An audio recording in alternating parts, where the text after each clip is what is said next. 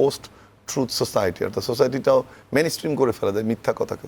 সেই মেকানিজমটা আওয়ামী লীগ একদম টেকনোলজির দিক থেকে করেছিল, আবার সিআরআইয়ের মতো সংস্থাগুলোকে কাজে লাগিয়ে ইন্টেলেকচুয়াল ইনপুটটা দিয়ে শুধুমাত্র আওয়ামী লীগের পক্ষের ন্যারেটিভ না, বিপক্ষের যে পজিটিভ জিনিসগুলো সেটাকে ব্যালাইন করা হতো বা সেটাকে, সেই একটা দিক। আর এটা হচ্ছে যে ওই মেকানিজমটা কিন্তু এখন এক্সিস্ট করছে। সেই যারা বট আইডি করেছে, যেসব ফার্ম, যেসব অর্গানাইজেশন, কাউকে কিন্তু অ্যারেস্ট করা হয়নি। আর দ্বিতীয়ত হচ্ছে আজকে ডক্টর মোহাম্মদ ইউনূসেরও বক্তব্য এসেছে যে হিউজ ইনভেস্টমেন্ট, যে গুজব ছড়ানোর জন্য, অস্থিতিশীলতা তৈরি করার জন্য, এবং খুবই ভালনারেবল এই কথাটা যে আমরা আন্তর্জাতিক সংস্থাগুলোর সহায়তা চাচ্ছি।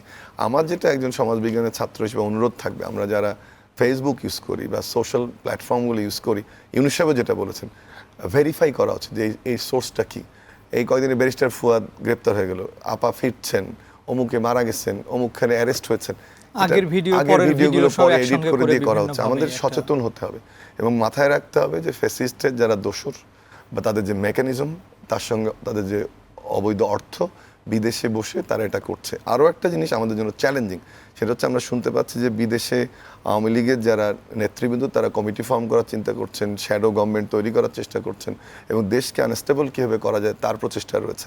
সেজন্য গুজবের ক্ষেত্রে আমাদের ব্যক্তিগত, সামাজিক এবং রাষ্ট্রীয় ভাবে আমরা একসাথে ব্যক্তিগতভাবেই সবাইকে অনেক বেশি সচেতন হতে হবে।